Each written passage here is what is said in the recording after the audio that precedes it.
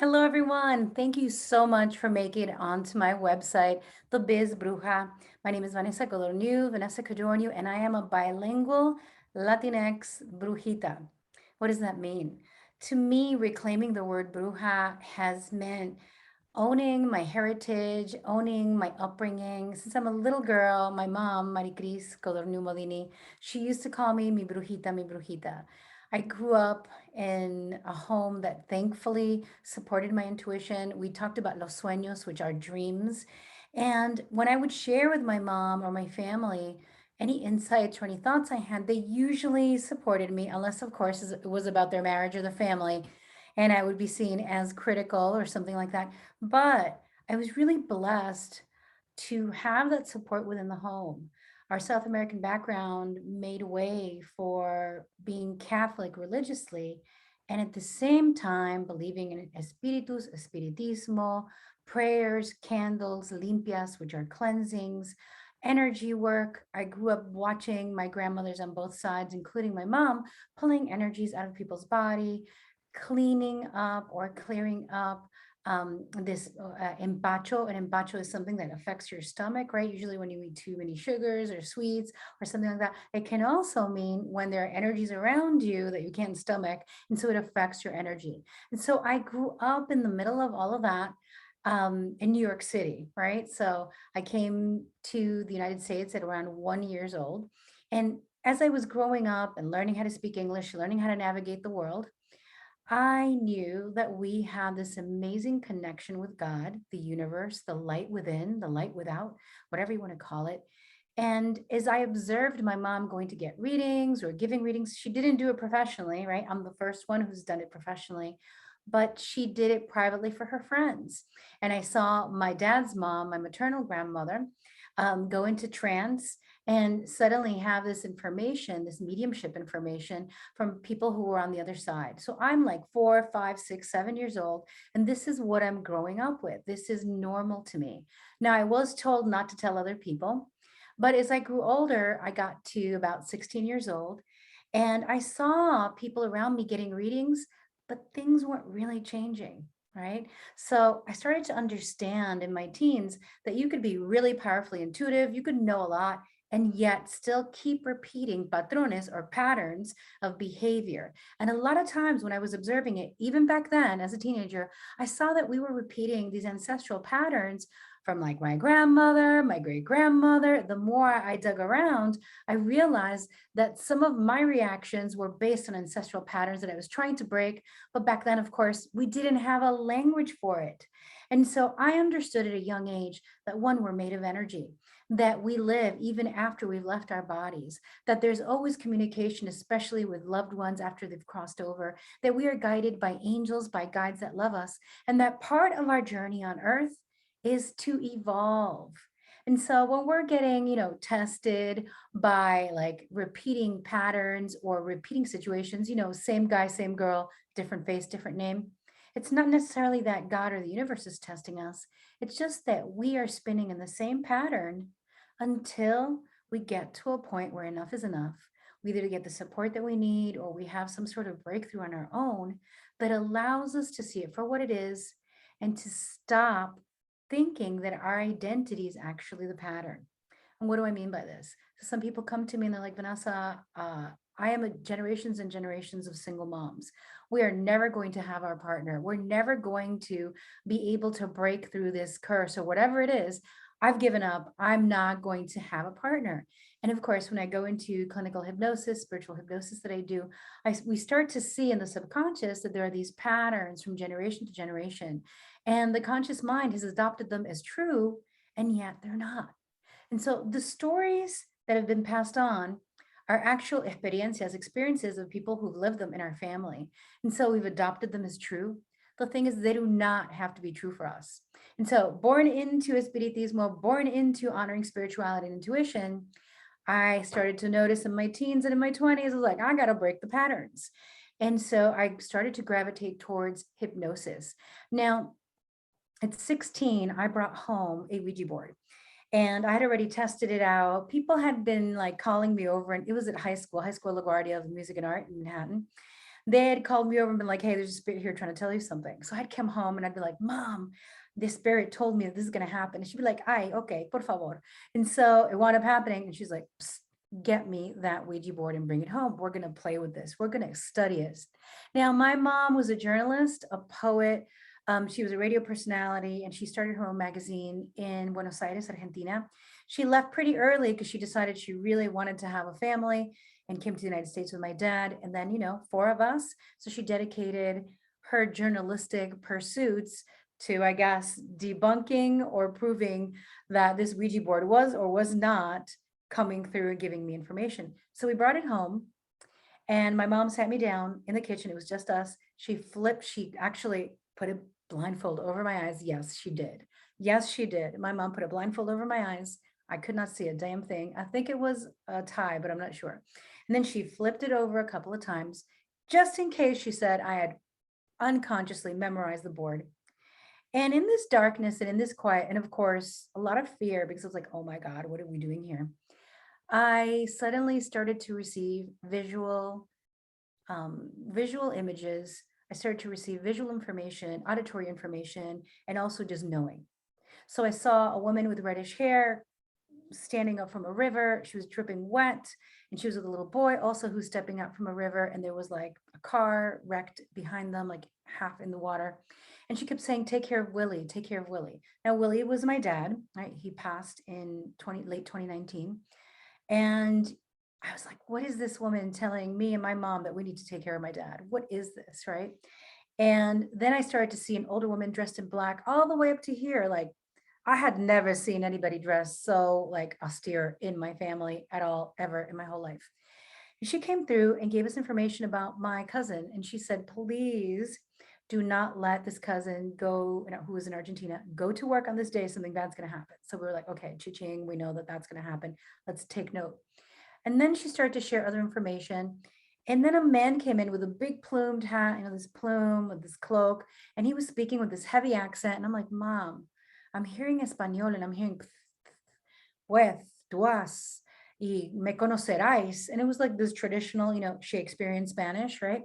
Catalan. No, it wasn't Catalan. It was Castilian. I guess it was Castilian Spanish, not Catalan. That's a different thing. And when my mom said, okay, that's enough, she took the blindfold off me, said, sit down, because you're going to need to sit down. Went and took a picture, a frame of my father's, pulled up the back, and pulled up a picture of this woman with reddish hair. My mouth was on the floor. I'm 16 years old. I'm like, what? This lady just talked to me. And my mom said she died in a car accident in a body of water with her child. She had married somebody else and had a son. So I was like, okay. And then after that, we called Argentina. My mom said, I'm just going to say it's a sueño, it's a dream. So, you won't get pressured from the family. She called, said, I had a dream. Please don't let the cousin go to work. Da, da, da. They didn't. All those months later, yes, he didn't show up and something happened at the job. Okay, so already two things were coming true. And then the third one is we were there. Of course, we didn't know about the job thing yet because that was like 2 months later. My mom said to me, the man that you described is the energy that came to me when I was 17 years old in my room in Argentina. And he came to me and he had this big plumed hat and he said he wanted to help me with my writing. And I screamed, no, get out. Turned out it was my mom's guide who wanted to help her become a published author. Now, my mom wrote 3 books. She never published her books, but she got published in magazines and articles like that until her 20s. Then she came into the United States and devoted herself to us. So there I am, 16 years old, a teenager, and now I'm like mind blown. I am for reals, an intuitive psychic. I'm picking up information even blindfolded. So I read my dad on his business. Next thing you know, I'm reading all these, Latino businessmen that my dad's bringing over for free as like community support, community, giving back to the community. And, I'm 16 years old. I don't know anything about business. I don't really know much about what I'm receiving and hearing. I'm just like, okay, this is what I'm receiving. This is what I'm receiving. I knew then, even at that point, because I teach now, I teach Nacimos Mágicas, Born Magical, my 8-week intuitive journey to reclaim our ancestral intuition and ancestral gifts. I knew even then that you're not supposed to add meaning to things. So I was just delivering the thing as I got it. And after that, after a while of reading people for free, I just didn't want to do it anymore. I was an older sister. I was in high school. I was falling in love. I'm like, can I be a kid? Can I be a teenager? And so I told my mom I lost my gifts. Of course, I did not. And as I got older, there were different things that happened. There's another thing that happened where my debate coach, even though I was a debate, my partner and I won over and over again at Marist College. He didn't want to take us to the nationals. He was like, a woman will never win. And it was like a long time ago, people. And he wanted to take his two boys, the guys he loved. And I went to cry in the grotto of the school. It was a Virgin Mary. I was there praying, crying. And I heard very clearly, you've got to go. You and your partner are going to be fifth in the country, top five, top five. So I called my mom. I was like, oh my God, I was in the grotto. Virgin Mary told me. And she's like, okay, we'll pay for your ticket to go to Colorado Air Force Academy. And then I go and I talk to my partner and I'm like, yo, my parents are going to pay my ticket. We got to go. This is going to happen. We'll be top five in the country. He's like, you're crazy, but I'll go with you. Good old Tom. And then I went and spoke with my coach and I was like, you got to let me, I'm a Latina from Queens. You don't understand. We're immigrants. This is our first generation. Like I have no family here to help me do anything. I need to go. I need to do this. So I convinced him and we wound up going and we placed third in the country in the novice section. Okay. There were over 300, 400 teams there. We debated a lot of bigger schools. And so I remember walking down those steps when they called our names for third in the country, novice level. It was just mind blowing. Like I realized my intuition was even serving me in that. Now, there are a lot of times I didn't listen to my intuition. There were times when I was living in Manhattan, Upper West Side by myself, and I was working in casting and film where it was like, do not let that man come up to your apartment. Do not. So the guy that I was dating a couple of times already had come up by himself, left his jacket there, and we were out and I had decided to tell him, I don't want to date you anymore. He's like, oh, but my jacket, my higher self is like, yo, do not let him come to the room. Do not let him come to your studio. I did not want to be seen as, I don't know, crazy, weird, wacky. I guess I wanted to be a good girl. I was in my early 20s and Latinas, we were raised to be damitas, right? Good girls, all of this. And even though I lived on my own and I moved out, even though my parents didn't want me to, I think there was still a part of me that wanted to people please. And unfortunately, he did attack me. And I learned such a powerful lesson. From then on, whenever my guides were like, do not let this person in, or don't go with this person, or don't go there, skip that party, you better believe I listened. And so this is part of my early life. And at some point in my 20s, I wound up getting hired to do event management at a big company, right? Out in Long Island, I think, but also they did events in Boston, New York City, Philadelphia, across the country. And they called me one day, they're like, wait, you're studying acting, right? And I'm like, yeah, well, that's because I want to be a film director. So I'm studying acting because I want to be able to understand the actor. And they're like, okay, whatever. Can you dress up as like a priestess or a witch or a gypsy and come and do readings? Can you do that? Can you do that? So I wound up being sent to a big event of 400 people. I think it was a book release. And this is before Wi-Fi, right? So a different time, a different life. And there were three of us. It turned out that they loved two of us, okay? They called me back. And then I went to another event with myself and that other person. And again, they loved the two of us. They brought us back again. At one point, I was an event manager and she was the psychic. And she called me over and she's like, can I warm up with you? Now, it was a whole different world, right? I had this like blonde hair, pulled back, red lipstick, black outfit up to here, turtleneck, jacket, little like New York City, trying to climb the ladder of I don't know what, but something. And she starts reading me. And she says to me, you live a split life. And it was true. And I had tears in my eyes. I was 23, 24 years old. I had already been initiated as a priestess. I was already reading people for 6, 7 years. I was listening to spirit, not always listening as much as I should. But my life, I felt, wasn't what I thought would be a regular life. You go out, you have friends, you meet people, you do a thing, you're young. I felt really responsible from a very young age. I'm going to cry here. And this psychic said to me at 22, 23, she goes, you're going to be well known for this work. And someday you're not going to be split in half. Right now you have this persona with this blonde hair and this little tight black outfit with like 4 or 5 inch heels. And then you go home and you take off that suit and you have candles around you and you're speaking to your guides and to your angels and you hear and you see and you know. And she said you feel so alone because people your age are out there partying, having a good time, and your guides are telling your ass to stay home. And essentially, it was true. She hit the nail on the head. And it gave me so much hope. And she said, they're going to have to bring you kind of kicking and screaming a little bit into this work. But you're a powerful healer.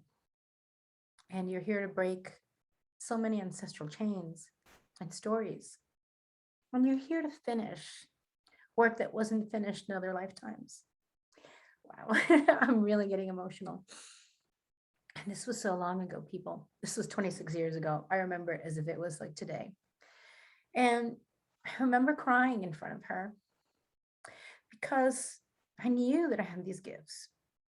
I knew that my mom had them, that my grandmothers had them. My grandfather had a guide. My other grandfather was dabbling in hypnosis. And he used to, I found out recently, a couple of years ago, after, everybody had passed, that he used to use hypnosis to guide my grandmother into a trance. And she used to give all this information from the subconscious space, right? Or the superconscious space, the higher self space. And when she said these things to me, they made sense, but I didn't know, how was I going to go? This 23-year-old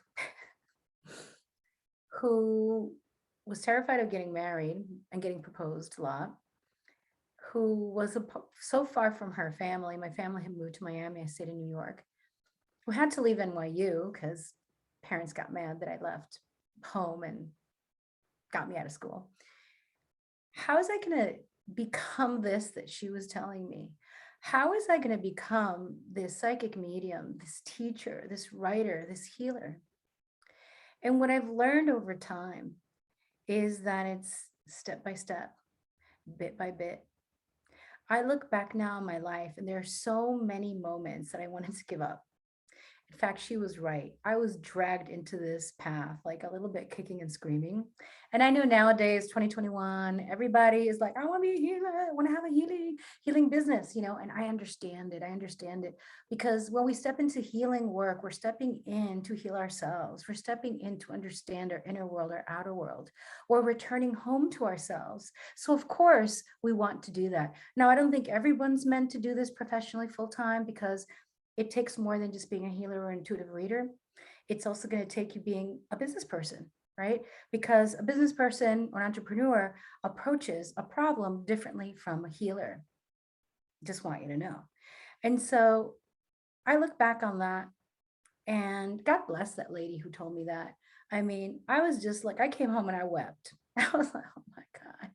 And, 23 years old and everybody's inviting you out drinking. They're getting mad at you because you're not doing drugs with them. And I'm not, these are people who had jobs and who were doing well and were in school, but they were like, party girl, party. Meanwhile, my spirits were like, chica, quieta, quieta, grounded girl, grounded, limpia, clear channel.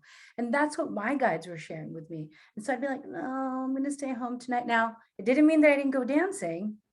But in my early 20s, I was overly sensitive. Before we had the word empath, I knew that my aura was very permeable, right? And my mom used to tell me that.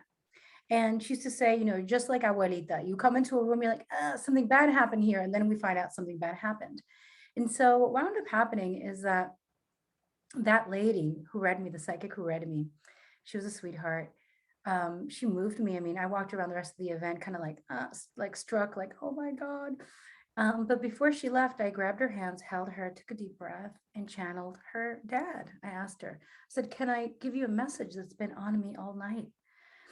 And so after I did that, she cried too. And he told her she was going to write this book, and she did.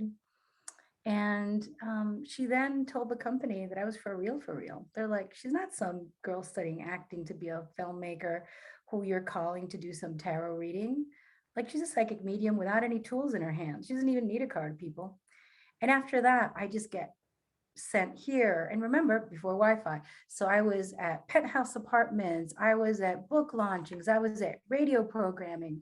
I became the darling a beautiful group of Russian socialites in New York City who would send a car for me, and I would do a whole reading event in my 20s and read folks, you know. And as I said, this is over 25 years ago.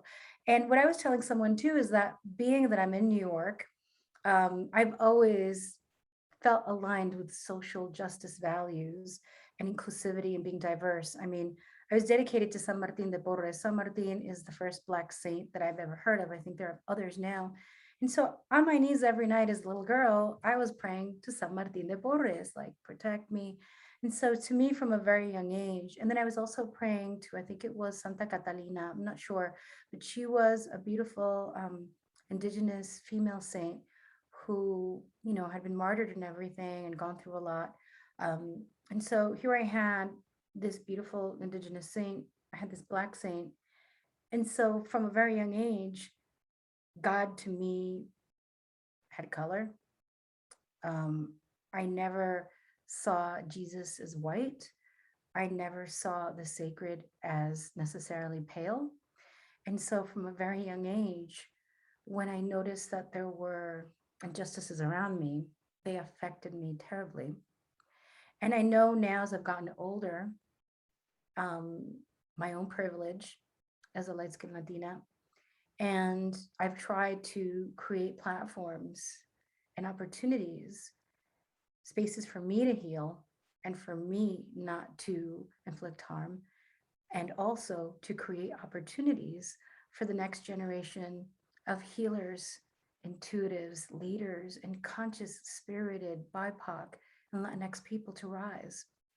You know, when I was younger, I didn't see, and when I say younger, I even met 15 years ago, I didn't really see healers like myself. What do I mean by that? Because you could be like, well, girl, you light. What are you talking about? What I'm saying is that when I started doing my work, it was just an extension of how I was living. There was no, you know, near death experience, although I did have that, but that just said that made me an entrepreneur. That didn't make me a healer. I was already a healer and a reader. There was no like big dramatic thing. It was a series of continuous interaction and interconnectedness with the spirit world and being in service. And so I did most of my work for free most of my life. But as I was saying, when I first started, and people were like, well, you're light skinned, Vanessa, so what's the issue? I didn't meet people who had started the way I did. They didn't know about espiritismo. They didn't know about rituals. My minor is Latin American studies. And so I studied Afro-Caribbean religions in college. They didn't know about the sacred ways that our people, our Latinx people, have blended cultures. And I'm talking about blending cultures. No matter what we look like, I've found with Latinos, unless, you know, your family arrived from France, Germany, or Switzerland or something, or the UK in 1980 or something like that. But I'm saying no matter what we look like, we're so mixed. We're so mixed. We are usually holding tremendous power of our indigenous ancestors, of our African ancestors, usually West African, but they can be from all over, of our Middle Eastern ancestors, of our Indian ancestors from India, of our European ancestors, of our Chinese, of our Asian ancestors. I find that Latinx people are carrying powerful magics.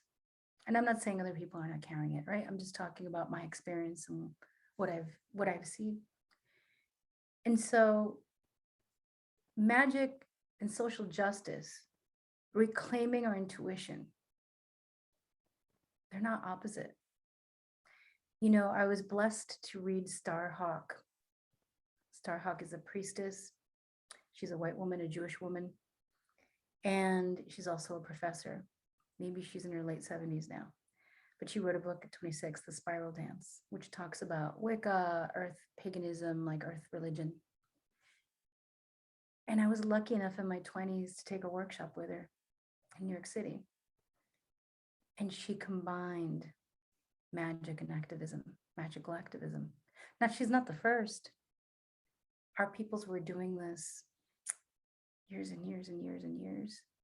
They were probably doing it in the caves. They were doing it before war. They were doing it to keep the peace.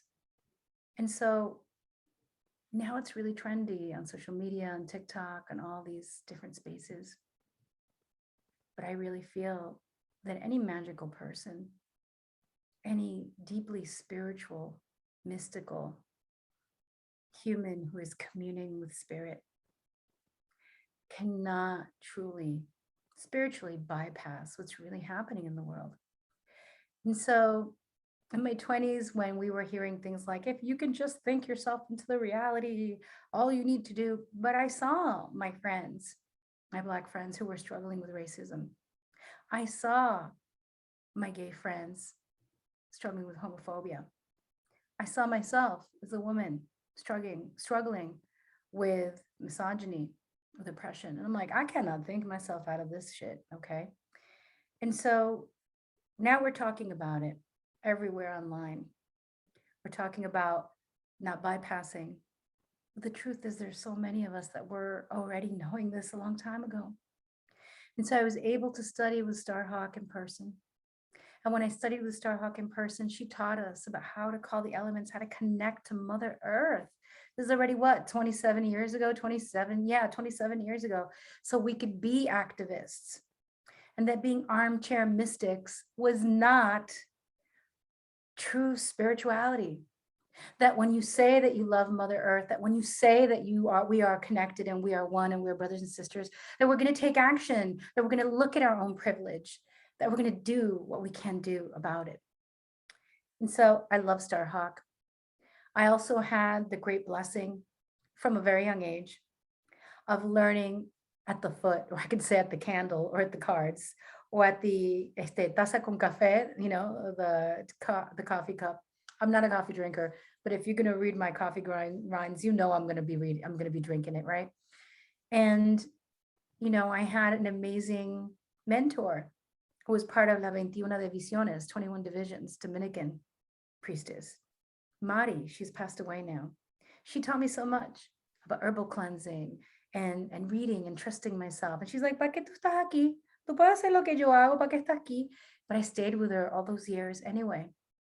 And I've had other amazing readers who were Cuban American or who were Cuban, South American, Mexican American, Puerto Rican, Boricua. Thankfully, New York is the true melting pot, right? Where you get to meet so many different people if you allow yourself. And so the first readers I met weren't white. They were the whole rainbow of the Latinx community. And that's what I grew up on. And so there were altars in my home since I'm a little girl with really tall saints, okay? I have a San Lázaro that my brother, who passed away last year, he had, and it's still in the closet waiting for me. They wrapped him up. I got to go get him in Miami. And the idea that we had a power within us and a connection to spirit, where no matter how sad, how broken, how upset we were with what was happening in our lives, that we could take back our energy by sitting in prayer, by lighting our altars, right? Lighting candles on our altars, by calling our ancestors and relying on their strength and their power because they survived. And that's what I grew up with. I mean, I also grew up with dysfunction and my parents had a lot of fights, but I have to honor the fact that the spirituality was strong. And even when I went to Argentina and I was overwhelmed talking to my grandparents, it's like, oh my God, I did a past life regression. I went back to 5 lives. I was like 19. My grandparents were laughing. They're like, you think you invented reincarnation? Let us tell you our stories. They were like in their 60s and, I think, yeah, probably 60s. And so I was blessed that it was a normal thing. And I was blessed that I had really great teachers that intertwined magic and personal empowerment as a tool for collective empowerment. And so, as I said before, I know that it looks like it's all new, everybody's jumping around. No, it's older than I am. This shit is ancient and it's been happening. And I was not only blessed to sit with so many teachers of so many paths. I studied with Dr.Marta Moreno Vega. And she wrote the book, The Altar of My Soul. And she is an Afro Latina who discovered her hidden heritage and got initiated into Santeria, Regla de Ocha in Cuba at some point. And I'm so incredibly indebted to her. I think I studied with her when? I think it's 18 years ago, 19 years ago. And she recognized me even as I sat in her class. She was like, witch, what is witch? Vanessa, can you define it? I was like, oh shit, me ve. She sees me. And so to me, the word bruja is an empowering word that I want to take back. The colonization of the world, right? Because white tribes colonized white tribes, European countries colonized European countries. And then they got so good at it that they went everywhere else, right? That's the truth. And our colonized peoples across the world have been told that their powers are demonic. And I'm talking about powers of intuition, of healing, powers of sensuality, powers of regeneration, because we can regenerate through sensuality, we can regenerate through dance, we can regenerate through the arts, through poetry, self-expression. And so we've been through this journey for hundreds, probably thousands of years of oppression. And so I ask you, if you're on this path and you're still listening to this, when you are working on your healing, when you are developing your candle magic, to remember that you're doing it not just for yourself. You're doing it for your abuelas, your bisabuelas, tatarabuelas, tatarabuelas, like going back, back, back, back, back. And that you're doing it for the future generations. Don't let learning about healing and spirituality, ser una bruja, don't let it be a trend. Don't let it be cute that you have a cute little black hat or really amazing sharp black nails or really cool makeup. And you know, the aesthetic is beautiful. But I do want to add this. A lot of the modern day aesthetic for what a witch is or what a bruja is was created, okay, during the 400 years of the burning times in Europe. And through the paintings that were created at that time and the printings and the etchings that they did, where brujas are seen as sinister women mostly. And there's this like very eerie energy about them. See, when I think of a bruja, we could be dressed in black if we want. We could have a hat if we want. We could do whatever the F we want. That's why we're a bruja. But I never saw it as something eerie. So I don't really kind of get it sometimes. I never saw it as something creepy. Being a bruja to me is the most natural thing in the world. You take a breath and it's like, hey, Earth, I'm back. And you come back. Hey, Mom. Hola. Hey, Papi. Good to see you again. We're going to play it differently this time. I'm going to be your kid. We're saying hello again to Mother Earth, to Pachamama. We're saying hello again to a world that needs so much healing. And understanding that because we've incarnated so many times, we also have karma. And so we're returning. And in that moment when we remember who we truly are, and it could take a lot of moments, right? Because I remembered myself, but shit, I still had to deal with all the modern trauma I had. Let's not talk about past lives, right? And all that, and ancestral patterns. But being a bruja is not just a trend. It is a way of life. And it implies to me, and it is a deep invitation for us to clear everything within us that is not true, that is not real, right? What we've been told about what is to be female or male, or that we must be binary, or that we must look this way or act this way. To clear away everything that is not us. To allow ourselves to truly be who we are. To allow ourselves to show up in our shadow, in our light. And the more that we love ourselves as we are, the more compassion we'll have for others. The more boundaries we'll also create, right? Because we're just not going to put up with that anymore. But to me, bruja was never scary. And I never ever felt, and let me tell you, I am skilled at candle work. I've been doing this shit for 25 years in this life, people. I got jars in the freezer. No, I'm kidding. When I moved, I cleaned them out and got rid of them. But what I'm saying is, all these eerie images and this power throwing, like, watch out, my ancestors will get your ass. Like, they're so funny and they're so cute. They're great. They're humorous. But are we really here to harm each other? Are we really here to continue the story where sister is pitted against sister, where men are pitted against men, or we're pitted against anybody who's different looking than us or different thinking than us? Or is the Bruja's role one of connection, of networking? Modern day spirituality and the commodification, hello, commodification of it has created this space where I see all these people. Oh, I have to breathe. I have to really process. Oh, I don't know how to be spiritual and be in the world, like all the things, right? And I'm not trying to put that down if you're going through that phase, okay? Because I went through that phase. But when you really think about people who are spiritual, if you think about a curandera back in the day, if you think about a shaman back in the day, and we're talking about a good one, right? Who's serving the community. You think they were in the mountain going, oh my God, I have to process, the Spaniards are coming? No.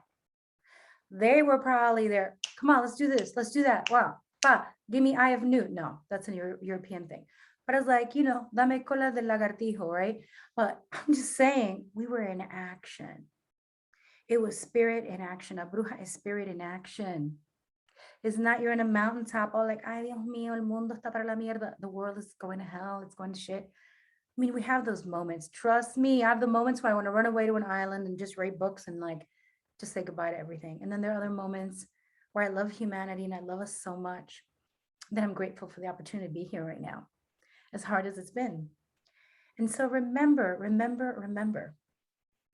curanderas were in action.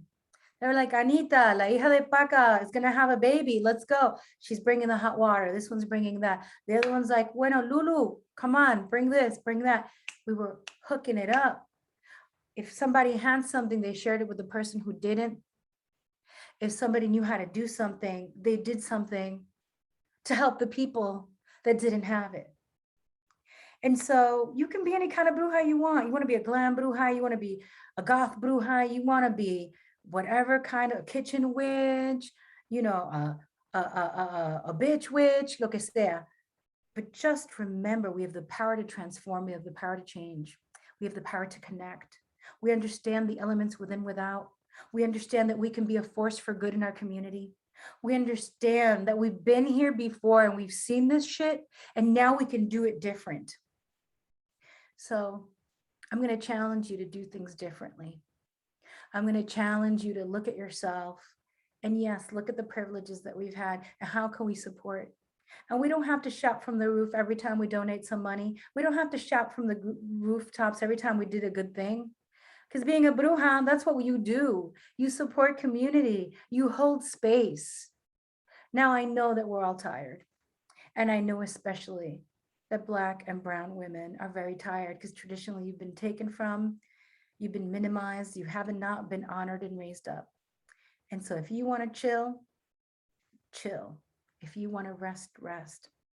Do what you need to do. Now, I'm not saying everybody else can't rest, but I'm saying that I understand that in the last 2 years of this pandemic, with what's happened with Black Lives Matter and seeing so many Black folk being killed, and it's not new, we've been seeing this, that if you need that time to drop in and use your bruja magic to heal yourself, you do what you want to do.